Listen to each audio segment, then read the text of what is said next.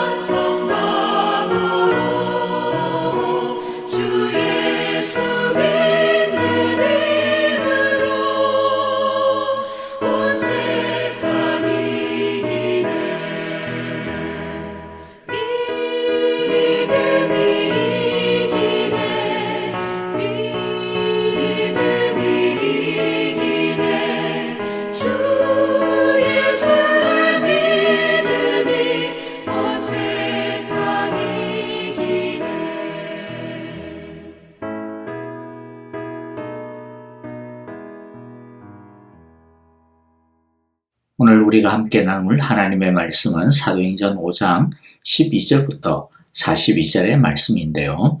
우리 41절과 42절 말씀만 먼저 읽어보도록 하겠습니다.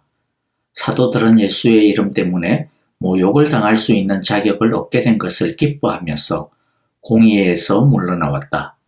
그들은 날마다 성전에서 그리고 이 집 저 집에서 쉬지 않고 가르치고 예수가 그리스도임을 전하였다. 아멘.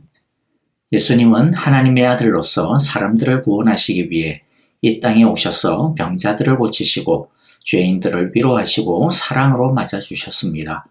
그러나 이 세상은 그런 예수님을 싫어했고 미워했으며 급기야는 모함하여 죽이기까지 했습니다.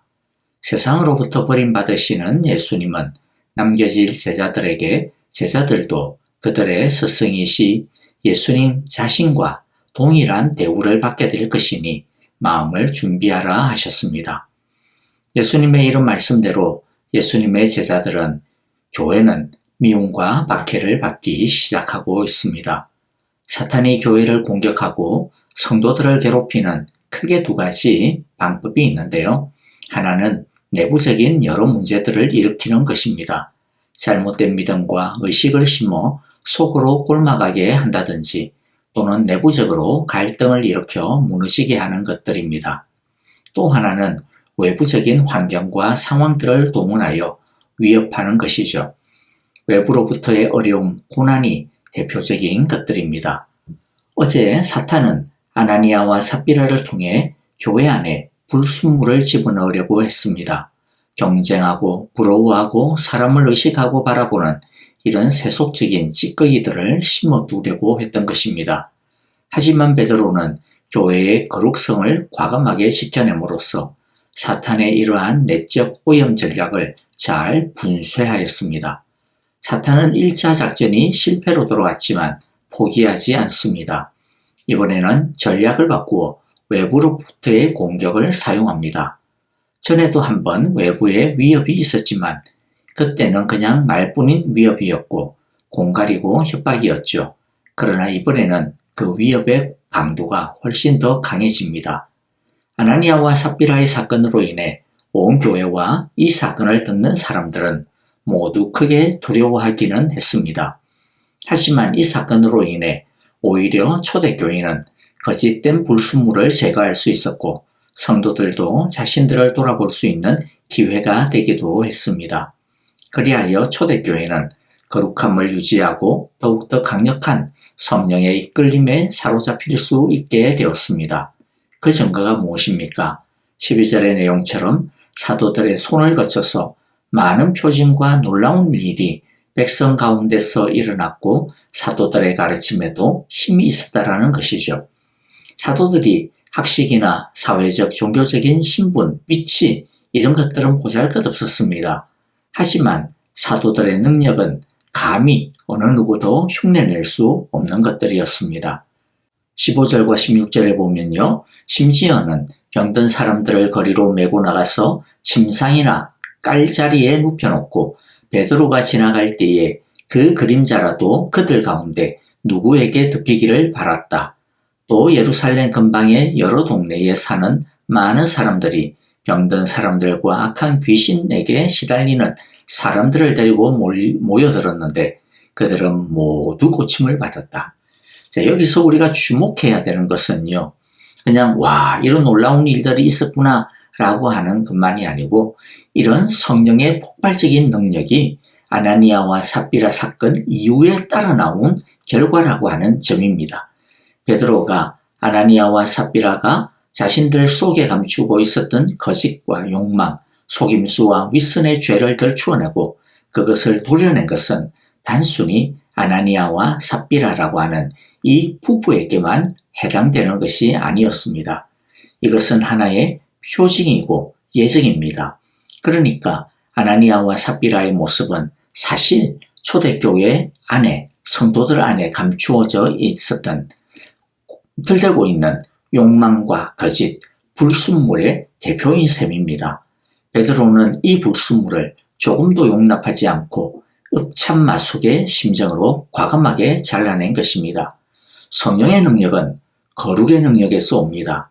교회의 능력은 성도의 능력은 거룩의 능력에서 옵니다. 사탄이 우리 안에 몰래 숨겨놓는 불순물들, 죄된 생각들, 욕망들을 내버려 두는 것이 아니라 아주 민감하게 캐치해서 뽑아내고 잘라내고 확실하게 버리는 이 거룩의 능력이 교회를 교회답게 하고 성도를 성령의 사람답게 만드는 원천이요 능력인 것입니다. 초대교회가 보여주고 있는 이 부흥은 바로 이러한 방정식, 거룩의 능력이 성령의 능력이라고 하는 이 방정식의 결과인 것입니다. 거룩하지 않은데 성령의 능력이 나타난다라고 하는 것은 그 성령의 능력이라는 것이 가짜이든지 아니면 축복이 아니라 굉장히 위험한 신호입니다. 그러므로 성령의 능력을 바라는 우리들은 이 거룩의 능력을 사모하고 그리고 사모하기만 할 뿐만 아니라 거룩을 위하여 싸우고 결단해야 하는 것입니다. 바라기는 우리의 삶이 거룩함으로 우리의 삶 속에 성령의 능력이 가득 차고 우리의 가정이 거룩함으로 우리 가정이 하나님의 신령한 축복으로 충만하고 우리 교회가 거룩함으로 주의 부흥의 은혜가 충만하여지기를 우리 모두 간절하게 기도하기를 바랍니다. 그리하여 우리의 거룩과 부흥의 능력을 통해 우리의 이웃과 주위가 이 땅이 거룩해지고 성령님께서 다스려 주시는 주님의 나라가 임하는 땅이 되었으면 좋겠습니다. 거룩의 능력, 성령의 능력으로 인해 주께로 돌아오는 수많은 무리들이 생겨났다라고 성경은 증언하고 있습니다. 교회가 거룩하니까, 성도가 성도다우니까 우리만 복받는 것이 아니라 그 은혜가 믿지 않는 사람들에게까지 미치게 되는 것이죠. 이게 굉장히 중요한 관계입니다. 우리가 이 세상을 하나님 나라 되기에 하기를 원합니다 라고 그렇게 찬양하기도 하고 기도하는데, 자칫 잘못하면 그런 것들은요, 뜬구름 잡는 소리일 수 있습니다. 우리가 어떻게 이 세상을 하나님 나라 되게 하며 이 세상에 하나님의 영광과 생명이 가득 차게 할 수가 있겠습니까?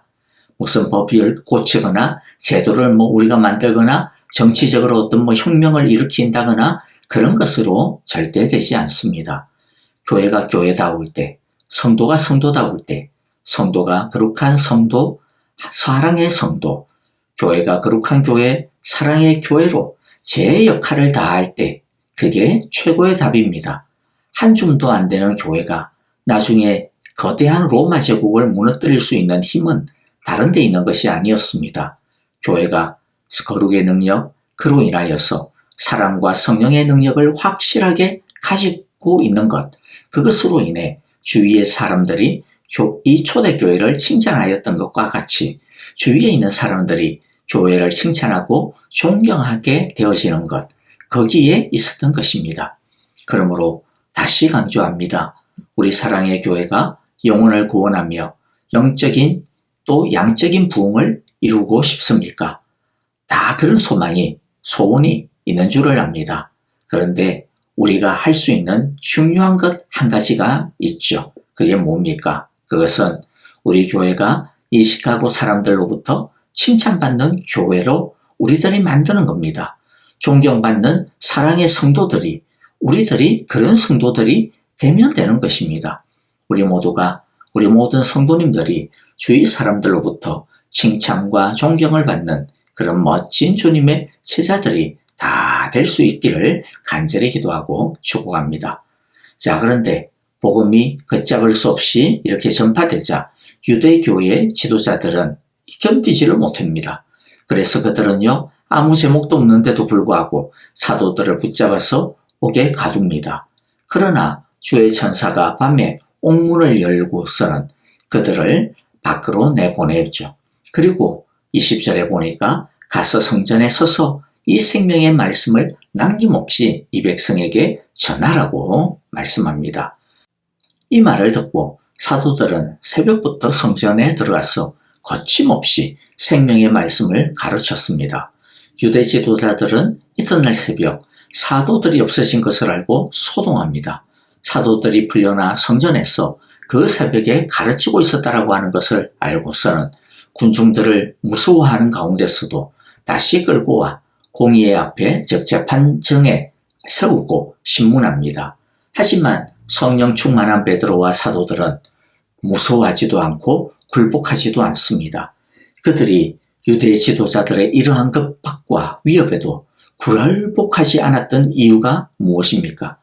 두 가지 이유가 너무나도 분명했기 때문입니다. 첫째가 무엇입니까? 29절에서 말씀하고 있죠. 사람에게 복종하는 것이 아니라 하나님께 복종하는 것이 마땅하기 때문입니다.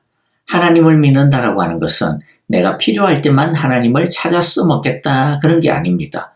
하나님을 믿는다라고 하는 것은 하나님에게 나의 전부를 걸겠다라고 하는 뜻입니다. 왜냐하면 하나님이 우리의 생명의 원천이시고 참된 진리이시고 우리의 주요 왕이시기 때문입니다.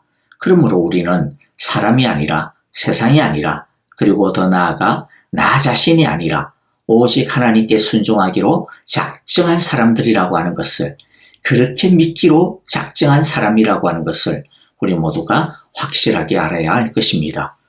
그리고 사도들이 유대 지도자들의 급박과 위협에도 굴복하지 않았던 두 번째 이유는요, 30절과 31절 나와 있는데요. 부활을 알았고 믿었기 때문입니다. 30절, 31절 읽어보면 우리 조상들의 하나님은 여러분이 나무에 달아 죽인 예수를 살리셨습니다. 하나님께서는 이분을 높이시어 자기 오른쪽에 앉히시고 영도자와 구주로 삼으셔서 이스라엘이 회개하고 죄 사함을 받게 하셨습니다. 부활의 신앙이 어떤 의미입니까? 이것은 누가 진짜냐라고 하는 문제입니다. 예수님이 진짜 하나님의 아들이요, 진짜 메시아요, 진짜 구원자요, 진짜 승리자라는 것이죠. 예수님이 진짜 구원자인데 진짜가 아닌 다른 것을 선택하는 것은 말도 안 되는 것 아니겠습니까? 예수님이 진짜 승리자인데 진짜 심판주의인데 이기는 쪽을 붙잡아야지. 지금은 이기는 것 같아도 나중에 보면 결국에는 지게 될 쪽, 그쪽을 붙잡는다라고 하는 것 얼마나 어리석은 선택입니까?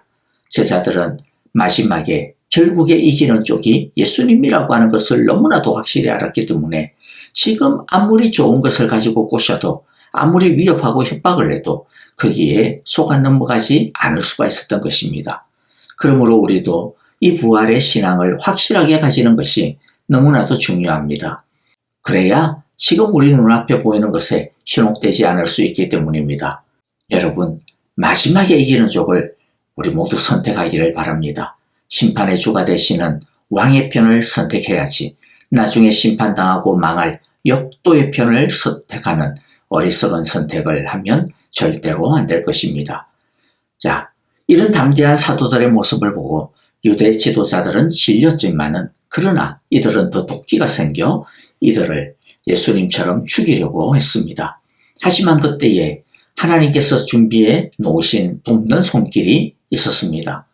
존경받는 랍비인 가말리엘.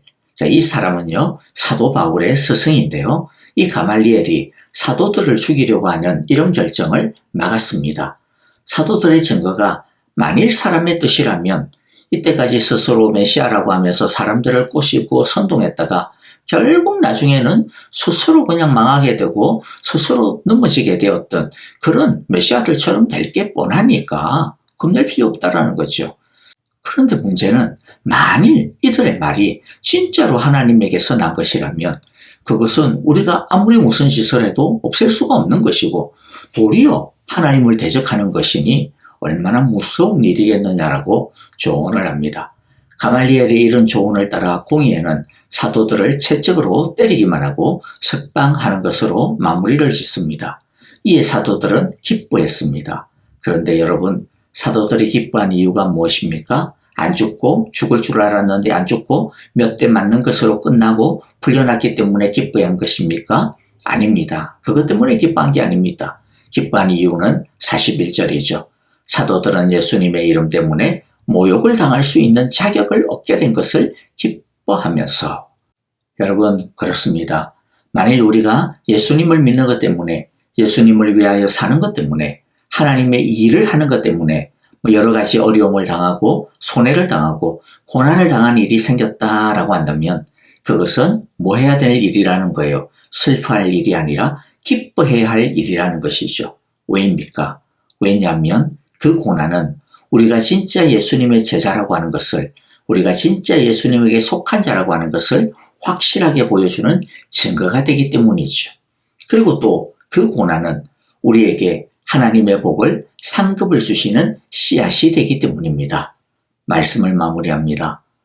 교회 안에서는 거룩에 대한 문제로, 교회 밖에서는 핍박에 대한 문제로 사탄은 도전하였고 교회는 도전을 받았습니다.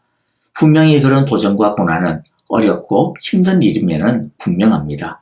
그러나 그 도전을 잘 극복하니까 어떤 일이 따라왔습니까? 성령의 능력이 더욱 넘쳐났고 더욱 힘있게 성장할 수 있었습니다. 우리 모두 다른 것을 겁내지 말고 오직 하나님께 순종하면서 그리고 부활의 주님을 온전히 믿는 믿음을 가지고 끝까지 사랑의 길, 사명의 길을 완주할 수 있는 우리 모두가 다 되어지시기를 간절히 기도하고 축복합니다. 아멘. 자, 오늘 우리에게 주신 귀한 말씀들 마음 가운데 새기면서 우리 함께 기도하기를 원합니다.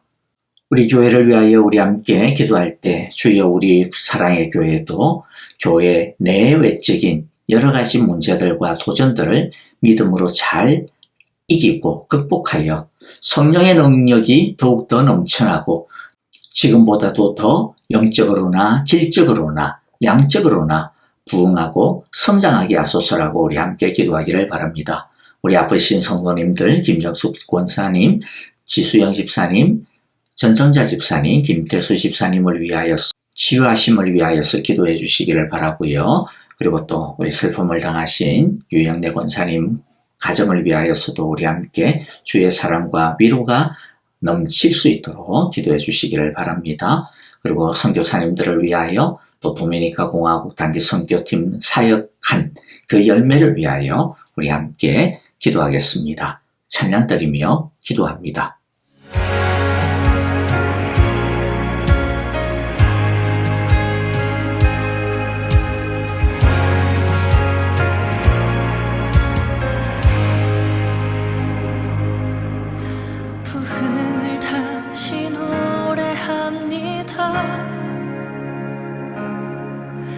회복을 다시 간구합니다. 석양이 드리운 듯한 이 땅이지만 주 사랑의 빛 동일하시니 진정한 회개 일으키시고 겸손한 갈망 부어주소서. 가난한 모든 맘추를 알게 하소서. 주의 영광을 보게 하소서. 주의 교회가 회복하게 하소서. 예수 십자가 영광의 그 빛을 모든 우상이 무너진 자리마다 향기로운 예배만 가득하게